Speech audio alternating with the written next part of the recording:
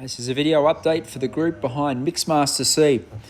Well, everyone, we took Mickey to the mighty Carolina International, which he's very familiar with. I think he won this competition a couple of years ago with Liz, and I didn't win it, but he went really, really well in all three phases.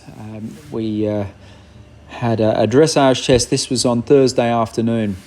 He was probably the fifth last to go, and it was a very strong field of some of the best horses in the country. And the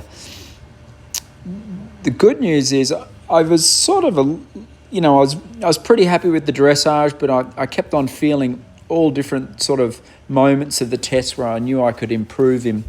And he still got an unbelievable score. He got a 24.4. Still a little bit off. I remember Liz got a 22, but like little things like that transition where there's a little bit of a miscommunication where he sort of ran and leapt into the canter transition. And but all in all, he's such a flamboyant, exciting, exuberant mover and a real showman. And I feel like I'm really getting the hang of riding him in the test. This was a best score together at this level.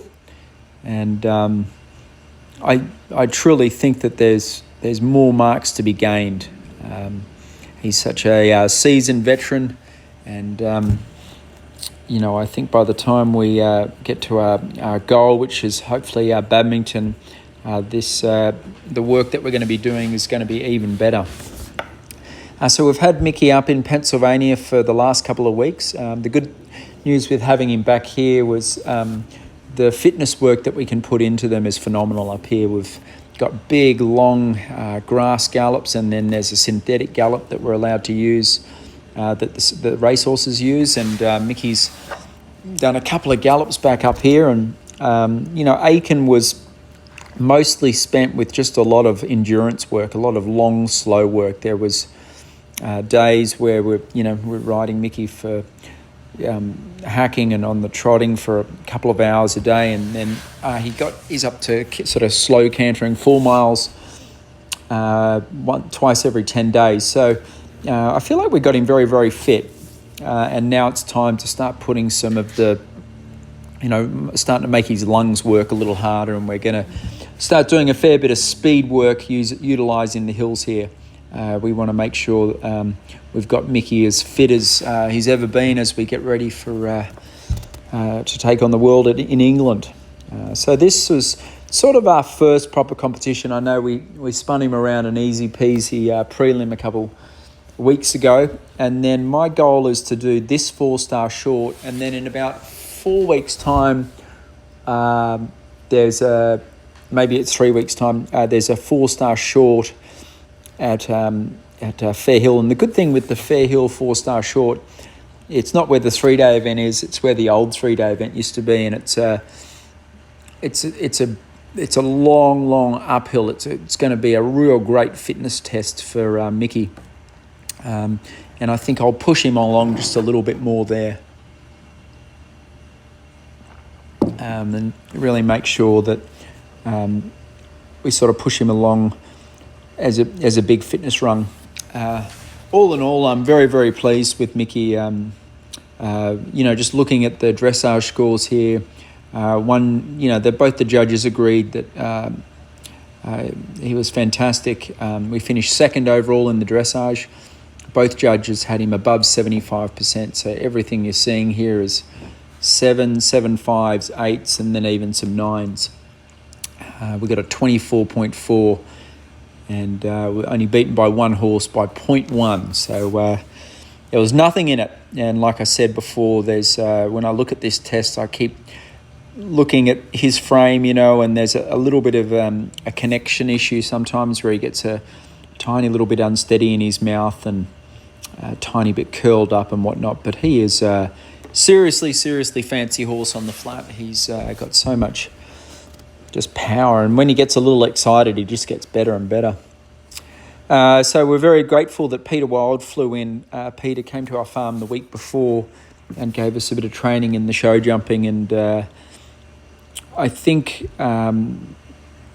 utilising Peter at every opportunity we get has huge benefits. The show jumping record on all the top horses is really, really good. And the great news with this good show jumping round here, guys, is we didn't go to the well to get him to jump clear. You know, we kept it quite easy for him in the warm-up. He didn't touch any of the fences in the warm-up, and the training in preparation for this event, we didn't over-jump him or jump him in too big or made it too challenging for him. So I think that there's still some, we still got some other methods to improve him even more in the show jumping. The hard thing, I think, when I talked to Peter after the round is, Mickey gets a little bit keen and you can just see him sort of fighting your hand a bit. As a rider, I don't mind it too much, but Peter is worried that the unsteadiness in his mouth could lead to a sort of a mishap. You know, every time you see him sort of throwing his head around a bit, he's sort of saying, let me at it. And the hard thing is if you sort of jerk him back with your hands too quick, then his head moves a bit more. So the good news is this was a very, very challenging show jumping round, and the time was extremely hard to make. The leader of the class, Diablo, was 4 seconds over the time, and Mixed Master C was actually 2 or 3 seconds under the time. So still, there's jumps like the one we just jumped there that he loses his shape a little bit. So we've just got to continually keep chipping away at his show jumping. Cross country, I was thrilled with Mickey. We're not at full fitness, and I'm a bit of a believer that this particular competition sometimes does knock their legs and their body around. So I sort of moved along, but without going crazy. So I think it's pointless going around with 100 time penalties, but to win the class or to go under the time, you really have to go flat out. And, Mickey's, our main goal is badminton, and it was sort of tempting to go for it, and win the class because there was a bit of prize money, and your competitive side of me always is like, fuck it, let's just go for it. But I think Mickey, we've got to keep, if we go too crazy fast at the lead-up events, it freaks his mind out a bit, which we could regret when we need him to go really fast at badminton. And, he's got a little bit of wear and tear on his legs now. I think he's 15 years old and he's been at the top level of the sport for a long, long time. So in the back of my mind, I'm just always just cautious of making sure he stays tip-top healthy. Bloody car drove out in front of us. Unfortunately, we lost a shoe on the course, but we got to put it back on, and it doesn't seem to bother him. My vet, Kevin Keen's going to go have a really close look at all the horses on Monday and just double-check Mickey over, and I feel like he pulled up really, really well. And it was a great round. I suppose the great round part why I comment that is we were 25 seconds over the time, but just if you look at the speed I'm going between the jumps, I'm not sort of racing him. And the biggest thing I've been sort of focusing on, that he's not getting sort of obnoxious and chargy at the jumps. And just between the jumps, especially from this section of the course onwards, there's a lot of twists and turns and downhills. I felt like he jumped this combination. This was probably the hardest part of the course, and he did it really, really well.